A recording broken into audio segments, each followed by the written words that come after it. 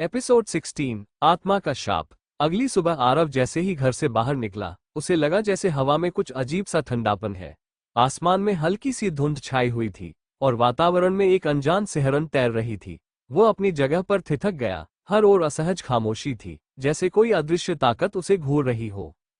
जैसे ही वो दोस्तों के मिलने की जगह पर पहुंचा, उसकी दोस्त रिया ने उसे देखते ही अजीब तरीके से घूरते हुए पूछा, आरव, क्या तुम ठीक हो? तुम्हारा चेहरा लग रहा। आरव हिचकिचाया, लेकिन उसने सोचा कि शायद उसके डर को बांटने से उसे हल्का महसूस हो। उसने अपनी बात शुरू की, कल रात मेरे कमरे में कुछ अजीब हुआ। मैंने एक छाया देखी, एक ऐसा चेहरा जो किसी भी इंसान जैसा नहीं था। वो मेरी आत्मा तक को चीर देने वाला था। उसने मुझसे कहा कि मैं उससे भाग नहीं सकता। आवाज में एक कंपन था जो उसके भीतर बसे डर को जाहिर कर रहा था। रिया और बाकी दोस्त थोड़ी देर खामोश रहे। उनकी आंखों में देरानी और डर का मिश्रण था। पर बात यहीं खत्म नहीं हुई। तभी पास खड़ी उसकी दोस्त समीरा ने धीरे से कहा, आरव, तुमने दर्पण में लिखा वो खून का निशान देखा था? मैंने भी आज सुबह अपने कमरे में वैसा ही देखा है। आरव का दिल जैसे जोर से धड़कने, क्या वो आत्मा अब केवल उसके साथ नहीं थी? क्या उसने उसके दोस्तों को भी अपने जाल में खींच लिया था? एक अजीब खौफनाक एहसास ने उसे घेर लिया। शायद ये श्राप अब सिर्फ उसके लिए नहीं, बल्कि हर उस इंसान के लिए भी था जो उसके करीब था। तभी आसमान में तेज बिजली कड़की और वातावरण में एक सर्द लहर दौड़ गई। सभी ने आसपास नजरें दौड़ाईं और एक हल्की सी फुसफुसाहट हवा में गूंजने लगी, तुम मुझसे बच नहीं सकते। आरव और उसके दोस्तों की सांसें जैसे थम सी गईं। उस फुसफुसाहट की आवाज उनकी हड्डियों में सिहरन पैदा कर रही थी। वे चारों ओर घूरने लगे, लेकिन वहां सिर्फ धुंध और अंधेरा था। तभी समीरा ने ठिठुरती आवाज में कहा, तुम सबने वो आवाज सुनी है ना? ये हवा में गूंजने वाली आवाज, ये कोई सपना नहीं है। उसकी आंखों में डर था और उसकी आवाज में अनजानी घबराहट। रिया ने कपकपाते हुए आरव का हाथ पकड़ा। आरव, ये सब या हो रहा है? क्या उस आत्मा ने हमें घेर लिया है? क्या ये सब तेरी वजह से हो रहा है? आरव का चेहरा पसीने से भीग चुका था। उसने खुद को शांत करने की कोशिश की, लेकिन उसके भीतर का डर और बढ़ता जा रहा था। मुझे नहीं पता, वो बमुश्किल बोल पाया। लेकिन जो मैंने कल रात देखा था, वो सिर्फ एक सपना नहीं था। उस आत्मा ने मुझसे कहा था कि मैं उससे कभी नहीं भाग सकता। मुझे लगता है शायद वो हम सबको अपनी गिरफ्त में ले रही है। तभी समीरा ने कांपते हुए पीछे की ओर इशारा किया। बाकी सबने भी उसकी नजर का पीछा किया और उनकी सांसें थम गईं। उस जगह जहां पर कुछ देर पहले खाली हवा थी, अब एक धुंधली आकृति बनती जा रही थी। वह आकृति धीरे धीरे स्पष्ट होने लगी। एक लंबा, अंधेरे में डूबा चेहरा, जिसकी आंखें गहरे सन्नाटे जैसी खाली थीं।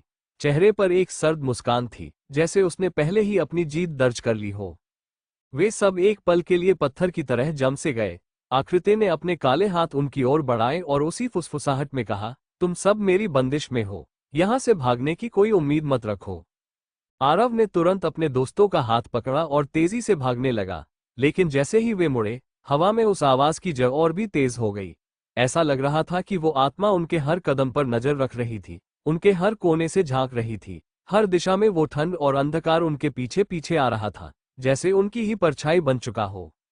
बिना रुके वे एक सुनसान सड़क की ओर भागे, लेकिन हवा में घुली उसकी ठंडी हंसी ने उन्हें महसूस कराया कि भागना बेमानी है। सड़क पर सिर्फ उनकी परछाइयां नहीं थीं, उनमें किसी और का साया भी घुल चुका था, जो हर पल और करीब आता जा रहा था। वे सब ठंड से थरथराते हुए रुक गए और आरव ने थकी हुई आवाज में कहा, हमें कोई रास्ता खोजना होगा। ये आत्मा हमें कहीं भी चैन से नहीं रहने देगी। हमें इस श्राप को तोड़ने का तरीका खोजना ही होगा, या फिर यही अंधेरा हमारा अंतिम गंतव्य बन जाएगा। आरव की आवाज में एक ठहराव था, लेकिन भीतर से वो बुरी तरह घबराया हुआ था। वो जानता था कि अब वक्त बहुत कम था। उन्हें किसी न किसी तरह अपनी जकड़ में ले ही लेगी, और इसका कोई अंत नहीं दिखाई दे रहा था। चारों ओर एक भयावह चुप थी और हवा की ठंडक उनके जिस्म को चीरती जा रही थी। समीरा ने कांपते हुए कहा, आरव, हमें क्या करना चाहिए? क्या कोई तरीका है जिससे हम इसे रोक सकें? जार्व के मन में एक ख्याल आया जो उसे कभी नहीं आया था। दर्पण, शायद वही आखिरी कड़ी हो जिससे हम इस श्राप को खत्म कर सकते हैं। उसने ये शब्द अपने आप से नहीं, बल्कि आत्मा के शब्दों से जुड़ी हुई किसी गहरी पहचान से कहा था। वो सब द्रुत गति से उसी रास्ते पर वापस लौटने लगे जहां से वे थोड़ी देर पहले भागे थे। हर कदम के साथ वातावरण और भी डरावना होता जा रहा था। उनकी परछाइयां अब उनके साथ साथ नहीं चल रही थी, बल्कि किसी अज्ञात ताकत के अधीन लग रही थी। जैसे किसी और का अस्तित्व उन्हें निगलने के लिए तैयार हो। जैसे ही वे वापस अपने घर के पास पहुंचे, आरव ने देखा कि घर का वातावरण और भी खौफनाक हो गया था। दरवाजे की लकड़ी पर कुछ अजीब सा खींचा हुआ था, जैसे किसी ने उसे अपनी नाखूनों से खींचा हो। खून की कुछ दरवाजे के नीचे से बह रही थी, जो फिर से वही खून के निशान जैसी दिख रही थी जो उसने पहले दर्पण पर देखा था। वो डर से कांपते हुए बिना कुछ कहे अंदर घुस गया। जैसे ही वे घर के भीतर पहुंचे, एक असहनीय चुप छा गई। सभी की निगाहें उसी दर्पण पर थीं, जो अब पूरी तरह से काले रंग में डूब चुका था। उसकी सतह पर फिर से वही घिनौना निशान उभर आया था, जो आरव ने पहले देखा था। आकृति अब इस बार और भी भयावह दिख रही थी। वो दर्पण से बाहर आ रही थी और उसके चारों ओर अंधेरा फैलने लगा। आरव ने देखा और उसके होठों से बमुश्किल शब्द निकले, हमें इसे तोड़ना होगा, नहीं तो हम हमेशा के लिए इस अंधेरे में खो जाएंगे। रिया ने घबराते हुए पूछा, लेकिन कैसे? हम इससे कैसे बच सकते हैं? आरव ने अपनी जेब से एक पुराना तावीज निकाला, जिसे उसने अपने दादा से सुना था कि यह अंधेरे शक्तियों से बचाने में मदद करता है। मुझे लगता है यह वही अंतिम रास्ता हो है। उसने तावीज को दर्पण के पास रखा और फिर धीरे धीरे उसे उच्चारण करते हुए बुदबुदाया, ये तावीज हमारे साथ है, इस अंधकार को मिटाने का यही एकमात्र रास्ता है। लेकिन जैसे ही उसने तावीज के आसपास मंत्र पढ़ना शुरू किया, दर्पण की सतह पर एक डरावनी आवाज गूंज उठी, तुम सोचते हो कि तुम मुझे रोक सकोगे? ये सिर्फ एक खेल है और तुम सभी इसके हिस्से हो। रूम का तापमान अचानक से गिर गया और कमरे में एक कड़की हुई हवा चलने लगी। दीवारों से खून की धारें बहने लगी और आत्मा का चेहरा एक पल में दर्पण से बाहर निकल आया। उसकी आंखों में क्रोध और घृणा थी और उसका चेहरा अब और भी विकृत हो चुका था। आरव ने डरते हुए तावीज को ऊंचा किया और मंत्रों की गति तेज कर दी। उसी पल कमरे में एक जोर की चीख गूंजी और दीवारों के भीतर से कुछ हलचल होने लगी। लेकिन जैसे ही उसने तावीज को दर्पण पर और जोर से रखा, एक झनकार के साथ कमरे का माहौल बदल गया। खून की धारें रुक गईं और धुंधलका धीरे धीरे छटने लगा। आत्मा का चेहरा वापस दर्पण में समा गया। लेकिन जब सब कुछ शांत हुआ, तो आरव को महसूस हुआ कि उन्होंने एक लड़ाई तो जीत ली थी, लेकिन शांति की ये लहर कितनी देर तक बनी रहेगी, ये कहना मुश्किल था। वे सभी घबराए हुए थे, लेकिन इस बार डर कुछ कम हुआ था। अचानक दर्पण के नीचे एक और संदेश लिखा दिखाई दिया, तुमने एक युद्ध जीता है, लेकिन खेल खत्म नहीं हुआ है। मैं हमेशा तुम्हारे साथ हूं। सभी के चेहरों पर फिर से डर की लकीरें आ गईं और आरव समझ गया कि यह केवल शुरुआत थी। आरव और उसके दोस्तों के दिलों में एक बार फिर से भय का साया छा गया। उस संदेश को पढ़ने के बाद उन्हें ऐसा महसूस हुआ जैसे उन्होंने केवल एक छोटा सा कदम उठाया हो, लेकिन असल संकट अभी बाकी था। वे सब चुप थे, जैसे डर और घबराहट ने उनकी आवाजें छीन ली हों। कमरे का माहौल अब भी भारी था और उस डरावनी चीख का गूंजना जैसे उनके कानों में गूंज रहा था। क्या इसका मतलब यह है कि हम इससे कभी नहीं बच सकते? समीरा ने घबराते हुए पूछा। उसकी आवाज में अब भी डर था और आंखों में वही अनदेखा डर जो किसी अज्ञात शक्ति का शिकार हो चुका हो। मैं नहीं जानता, आरव ने ठंडी सांस ली, लेकिन हमें डरने की बजाय आगे बढ़ना होगा। अगर इस आत्मा ने हमें अपना निशाना बनाया है, तो हम ही इसे खत्म कर सकते हैं। रिया ने घबराहट से कहा, लेकिन कैसे? वो हमें हर जगह ढूंढ रही है। अगर हम अब और नहीं भागे तो? हमारे पास कोई और रास्ता नहीं है, आरव ने मजबूती से। हमें इस श्राप को पूरी तरह तोड़ना होगा, या फिर हम सदा के लिए इसके अधीन हो जाएंगे।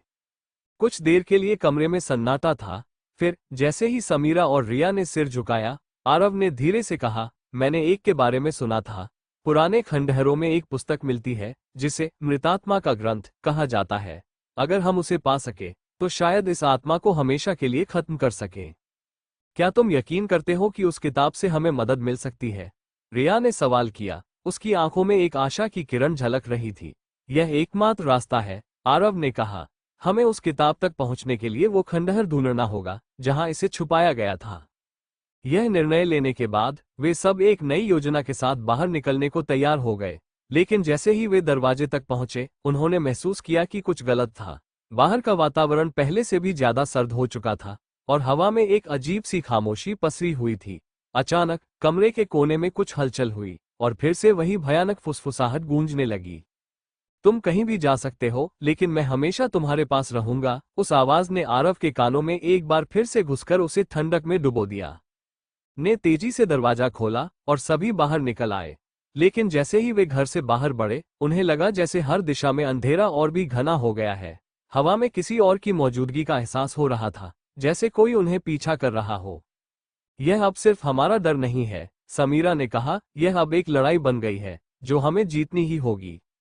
वे चारों एक साथ खंडहर की दिशा में चल पड़े, जो शहर के बाहर था। रास्ता घना जंगल और खड़ी पहाड़ियों से होकर जाता था, और रात के अंधेरे में ये रास्ता और भी डरावना लग रहा था।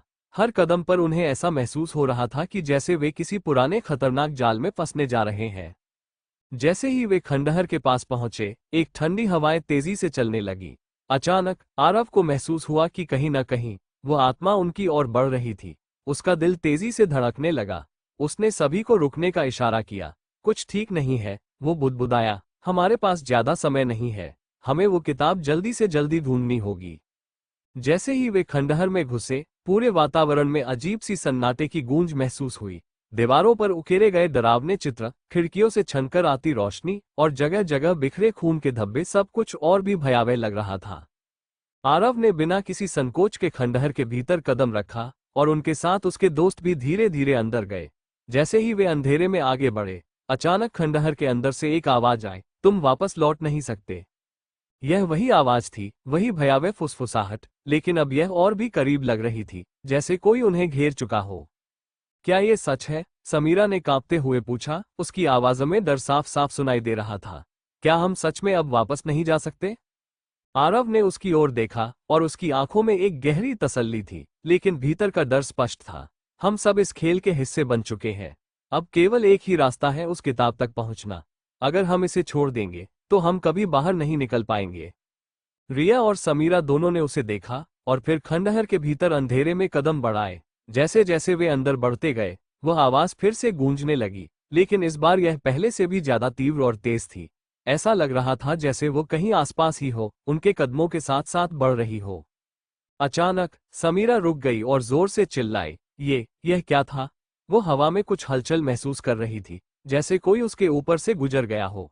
उसकी आंखें चौड़ी हो गईं और उसने डर के मारे आरव का हाथ कसकर पकड़ लिया। कुछ नहीं, समीरा, आरव ने शांत करने की कोशिश की। तुम्हें सिर्फ लग रहा है, हमें घबराने की जरूरत नहीं है। लेकिन तभी खंडहर की दीवारों से एक और घनी आवाज आई, जो सीधी उनकी पीठ में समाई। तुम अभी भी नहीं समझे। तुम मेरी दुनिया में हो और तुम कभी बाहर नहीं जा सकोगे। यह आवाज अब एक गंभीर और गहरी गूंज बन चुकी थी, जैसे वो किसी और आयाम से आए हो। आरव ने मुड़कर देखा, और सामने एक खतरनाक दृश्य था। खंडहर की दीवारों से कहीं से काले साए झांकने लगे थे। उनकी आंखें जलती हुई लाल थीं, और उनकी उपस्थिति मानो दीवारों में समा रही थी। आरव को अब महसूस हो रहा था कि वे बस उस खतरनाक आत्मा के शिकंजे में कसते जा रहे थे। हमने ये क्या कर लिया? रिया की आवाज कांप रही थी। क्या यह आत्मा हमें कभी छोड़ेगी? आरव ने गहरी सांस ली और दृढ़ता से कहा, नहीं, हमें हिम्मत नहीं हारनी चाहिए। अगर हम उस किताब तक नहीं पहुंचे तो हमें उसकी पकड़ में आना पड़ेगा। चलो आगे बढ़ते हैं। वे अब खंडहर के भीतर एक और गहरी सुरंग में जा रहे थे। सुरंग के अंदर अंधेरा और भी गहरा हो गया था। जैसे ही वे बढ़े, उनके कदमों की आवाज खंडहर की दीवारों में गूंजने लगी। और फिर जैसे ही वे एक बड़े कमरे में पहुंचे, वहां एक राना धूल से भरा किताबों का ढेर रखा हुआ था। आरव ने तुरंत उस ढेर की ओर कदम बढ़ाए और सबसे ऊपर रखी एक पुरानी और सड़ी हुई किताब उठाई। ये वही किताब थी जो उसने सुनी थी, मृतात्मा का ग्रंथ। किताब की कवर पर गहरे लाल रंग के निशान थे, जैसे खून से उकेरे गए हो। आरव ने डरते हुए किताब खोलने की कोशिश की, लेकिन जैसे ही उसने पहला पन्ना खोला, उसके हाथ से किताब गिर पड़ी। समीरा और रिया डरते हुए पीछे हट गए। लेकिन तभी किताब के पन्नों में से एक घनी काली धुआं निकलने लगा, जो कमरे में फैलने लगा। आरव ने हड़बड़ी में किताब को फिर से उठाया, लेकिन उस धुआं में जैसे कोई साया बनकर सामने खड़ा हो गया। यह वही आत्मा थी, और इस बार वो पूरी तरह से प्रकट हो चुकी थी। उसका चेहरा विकृत और डरावना था, और उसकी आंखें भयानक लाल आक्रोश से जल रही थीं। तुमने जो किया वो अब तुम्हारी सबसे बड़ी गलती होगी। आत्मा की आवाज अब खौफनाक हो चुकी थी, और वह धीरे धीरे उनकी ओर बढ़ने लगी। ये सब खत्म नहीं होने वाला। आरव ने अपनी आवाज में मजबूती लाने की कोशिश की, लेकिन उसकी आवाज भी डर से कांप रही थी। तुम हमारी आत्माओं को नहीं छीन सकोगी, हम तुम्हें हर हाल में हराएंगे। आत्मा ने अपने हाथ फैलाए और वह धीरे धीरे हवा में उभरने लगी। उसके चेहरे पर वही डरावनी मुस्कान फैलने लगी। तुम मुझसे नहीं भाग सकते, आरव। मैंने तुम्हें पकड़ लिया है। अब ये तुम्हारा अंतिम समय है। आरव ने एक आखिरी बार किताब को खोला और उसके अंदर उकेरे गए प्राचीन मंत्रों को पढ़ने लगा। जैसे ही उसने आखिरी शब्द बोले, किताब के अंदर से तेज रोशनी निकलने लगी। एक तेज और चौंकाने वाली आवाज गूंज उठी, और आत्मा की मौजूदगी धीरे धीरे कम होने लगी। कमरे में छाई धुआं पूरी तरह से गायब हो गया। लेकिन अचानक, जैसे ही रोशनी मध्यम पड़ी, आरव को समझ में आया कि वह सिर्फ एक छोटे से मोड़ पर थे। आत्मा का सामना करना सिर्फ एक शुरुआत था, और अंत दूर था।